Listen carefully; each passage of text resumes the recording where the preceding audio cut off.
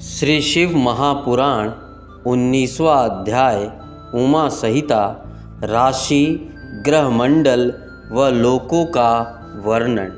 सनत कुमार जी कहते हैं, हे महामुनि व्यास जी, पृथ्वी लोक के जिस भाग पर सूर्य और चंद्रमा का प्रकाश उड़ता है वह स्थान भूलोक कहलाता है। पृथ्वी लोक से हजारों योजन ऊपर सूर्यमंडल है और इससे ऊपर चंद्रमंडल है। चंद्रमंडल से 10,000 योजन ऊपर ग्रह और नक्षत्रों का साम्राज्य है।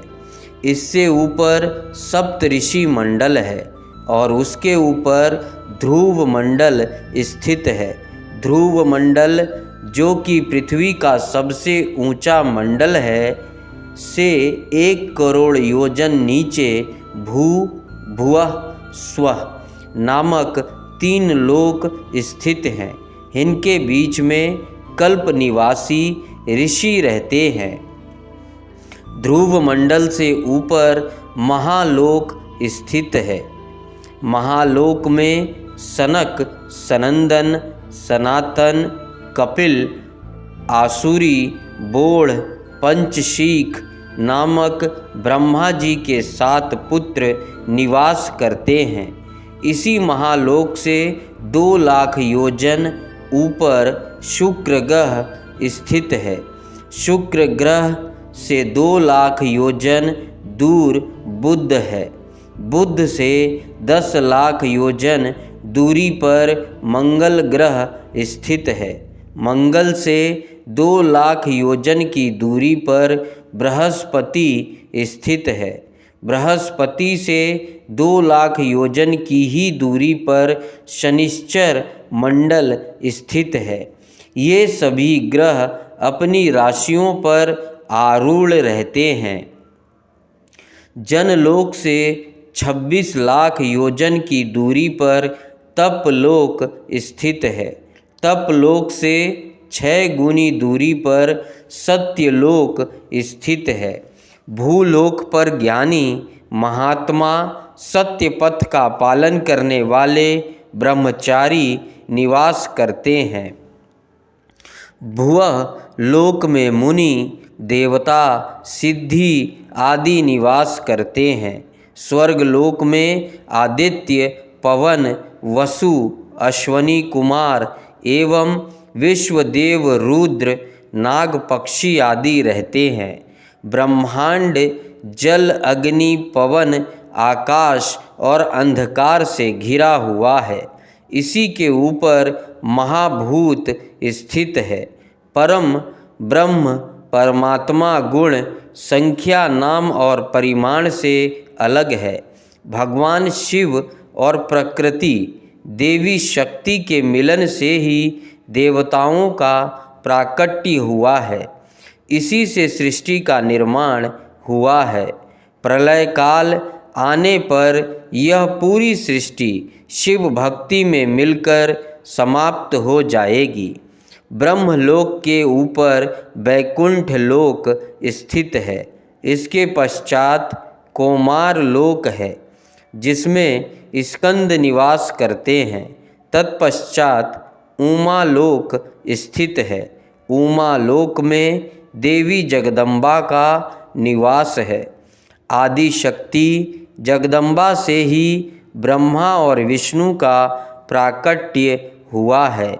उमा लोक के आगे इस जगत के पिता परम ब्रह्म परमेश्वर भगवान शिव का निवास स्थित है। भगवान शिव ही निर्गुण, निराकार, सर्वेश्वर हैं और सबका कल्याण करने वाले हैं। 20वां अध्याय तपस्या से मुक्ति प्राप्ति। व्यास जी ने पूछा, हे सनत कुमार जी, अब आप मुझे यह बताइए कि कल्याणकारी देवादिदेव महादेव जी के परम भक्त किस लोक में जाते हैं, जहाँ जाकर भक्तों का इस लोक से आगमन नहीं होता। यह सुनकर सनत कुमार जी बोले, हे व्यास जी, भगवान शिव की परम कृपा प्राप्त करने हेतु सिर्फ एक मार्ग है, वह है तपस्या। तपस्या के बिना शिव लोक की प्राप्ति संभव नहीं है। इस संसार में सभी मनुष्य, स्वर्ग के देवताओं, ऋषि मुनि और साधु संतों आदि ने तपस्या द्वारा ही महत्वपूर्ण सिद्धियां प्राप्त की है। तपस्या 3 प्रकार की होती है, सात्विक, राजस और तामस। जो तपस्या बिना किसी फल की इच्छा किए हुए की जाती है वह सात्विक है। किसी कामना की पूर्ति हेतु की गई तपस्या राजस और उसी कामना की सिद्धि हेतु अपने शरीर को कष्ट देकर की गई तपस्या को तामस तप कहा जाता है। मन एवं विचारों से पवित्र होकर पूजन, जप, हवन, उपवास, आचार विचार, मौन इंद्रिय करके किया गया तप सात्विक तप है। बावड़ी, तालाब, कुआं, मकान, धर्मशालाएं और विद्यालय बनवाने से शिव पद को पाने का मार्ग प्रशस्त होता है। धन, वैभव और मद में चूर होकर मनुष्य सांसारिक बंधनों में बंधा रहता है। 84,000 योनियों को भोगने के पश्चात मनुष्य योनि की प्राप्ति होती है। यदि इसमें भी उद्धार का कोई उपाय नहीं किया जाता तो सिर्फ पश्चाताप ही शेष रह जाता है। यहीं पर कर्म भूमि और फल भूमि दोनों है। धरती पर किए गए शुभ कर्मों का फल स्वर्ग लोक में मिलता है। इसलिए सदा सत्य के मार्ग का अनुसरण करें, दान पुण्य के मार्ग पर चले। अपने जीवन काल में जिन्होंने कुछ समय के लिए त्रिलोकीनाथ भगवान शिव के नाम का स्मरण किया है, उन्हें भयानक नरक को नहीं भोगना पड़ता। हर प्रकार के दुख, दर्द एवं पापों से मुक्ति दिलाने वाली शिव भक्ति ही है, जिसके द्वारा मनुष्य जीवन के बंधनों से मुक्त होकर शिव पद को प्राप्त करता है। 21वां अध्याय युद्ध धर्म का वर्णन। व्यास जी बोले, हे सनत कुमार जी, यह माना जाता है कि ब्राह्मण कुल में जन्म मिलना कठिन है।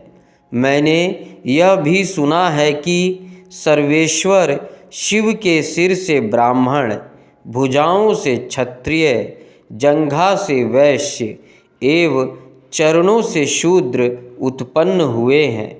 महर्षि, कृपा कर बताइए कि नीच मनुष्यों की क्या स्थिति होती है। व्यास जी के वचन सुनकर सनत कुमार जी बोले, हे महामुनि व्यास जी, मनुष्य अपने द्वारा किए गए पापों के कारण अपने स्थान से गिर जाता है। मनुष्य द्वारा किए गए शुभ व अच्छे कर्म मनुष्य के स्थान की रक्षा करते हैं। क्षत्रिय जाति में जन्म पाने वाले मनुष्यों को पूर्व जन्म में किए गए बुरे कर्मों के कारण ही क्षत्रिय वर्ण में जन्म मिला होता है। इसलिए मनुष्य को चाहिए कि वह विपत्ति एवं कठिनाइयों के समय भी दृढ़ता से अपने कर्तव्य का अनुसरण करे। उसे अपने कर्तव्यों का पालन करना चाहिए। उसे बुरे कार्यों में नहीं लगना चाहिए। इस प्रकार मनुष्य अपने स्थान की रक्षा कर सकते हैं।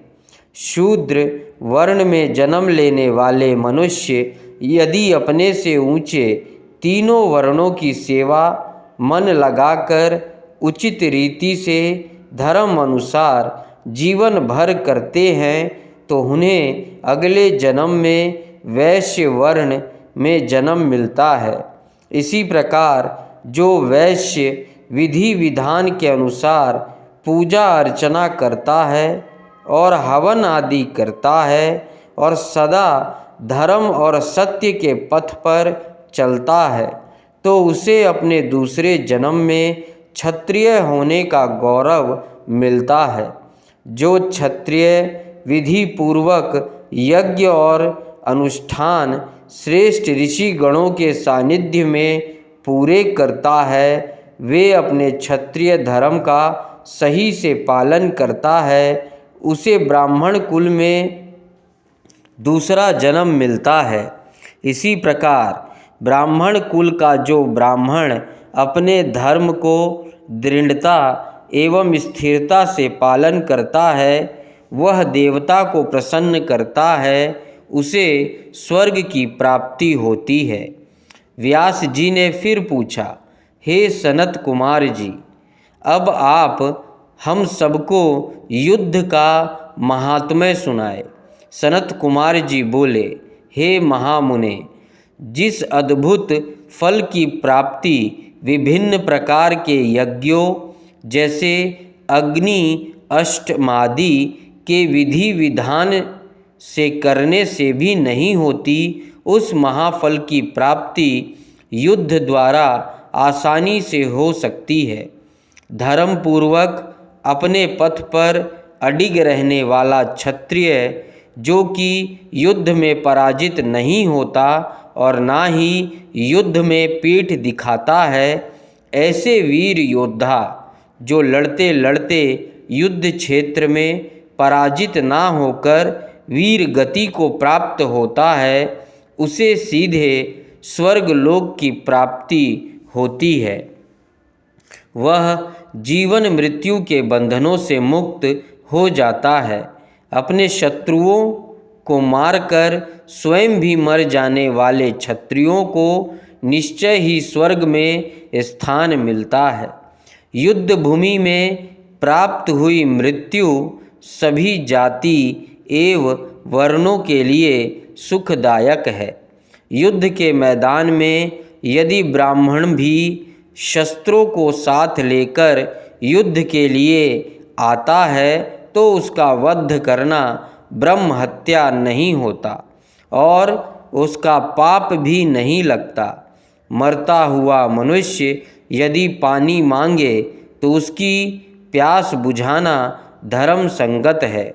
कभी भी शरण में आए मनुष्य को युद्ध में नहीं मारना चाहिए, अन्यथा ब्रह्म हत्या का पाप लगता है।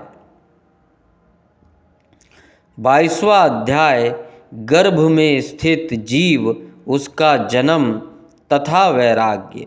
व्यास जी बोले, हे महर्षि, आपने हमारी बहुत सी जिज्ञासाओं को शांत किया है। अब आप हमें जीव का जन्म, उसकी गर्भ में स्थिति एवं जीव के वैराग्य के बारे में बताइए। महामुनि व्यास के प्रश्न को सुनकर सनत कुमार जी बोले, हे मुने, हमारे शरीर की पुष्टि रस एवं मैल से हुई है। मैल 12 रूपों में शरीर से बाहर होता है। कान, आँख, नाक, जीभ, दांत, लिंग, गुदा, मलाशय, स्वेद, कफ, विष्ठा, मूत्र आदि मल स्थान है। हमारा हृदय सभी नाड़ियों से जुड़ा हुआ है। इसी के द्वारा शरीर में रस पहुँचता है। यही रस आत्मा से परिपक्व होता है। जब यह रस पकता है तो सर्वप्रथम त्वचा का निर्माण होता है और त्वचा शरीर से लिपट जाती है। फिर खून बनता है। तत्पश्चात रोम, बाल, स्नायु, अस्थि, मज्जा पैदा होते हैं। ऋतुकाल में स्त्रियों के शरीर में प्रवेश वीर्य शरीर का निर्माण करता है। एक दिन में कलील, 5 दिन में बबुला 7 रात्रि में मांस पिंड बन जाता है। धीरे धीरे समय के साथ साथ जीव के अंग बनते जाते हैं। इस प्रकार जीव अपनी माता के गर्भ में बढ़ता है और उसका विकास होता है। अपनी माता द्वारा खाए गए भोजन के रस से ही उसे भी भोजन मिलता है। इस प्रकार अपनी माता के गर्भ में पलता हुआ जीव अपने बारे में विचार करता है। उसे सुख दुख की प्राप्ति भी अपने पूर्व जन्म के कर्मों के अनुसार होती है। उसे गर्भ में ज्ञान होता है कि मैं इसी तरह जन्म मरण पाता रहता हूँ और प्रत्येक योनि में अनेकों दुखों को भोगता हूँ। इसलिए मुझे अपनी आत्मा के उद्धार के लिए अवश्य ही कुछ करना चाहिए। गर्भ में जीव अनेकों कष्टों को भोगता है, क्योंकि गर्भ भी एक प्रकार की कैद ही है। जीवात्मा गर्भ में इस प्रकार पड़ी रहती है जैसे उस पर कोई पहाड़ रखा हो। इस प्रकार गर्भ में वह अनेक कष्टों को भोगता है। गर्भ में अनेक दुख और यातनाएं झेलनी पड़ती है। तभी तो धर्मात्मा 7वें माह में ही जन्म ले लेते हैं और पापी 9 महीने तक गर्भ की परेशानियों को और कष्टों को झेलते हैं।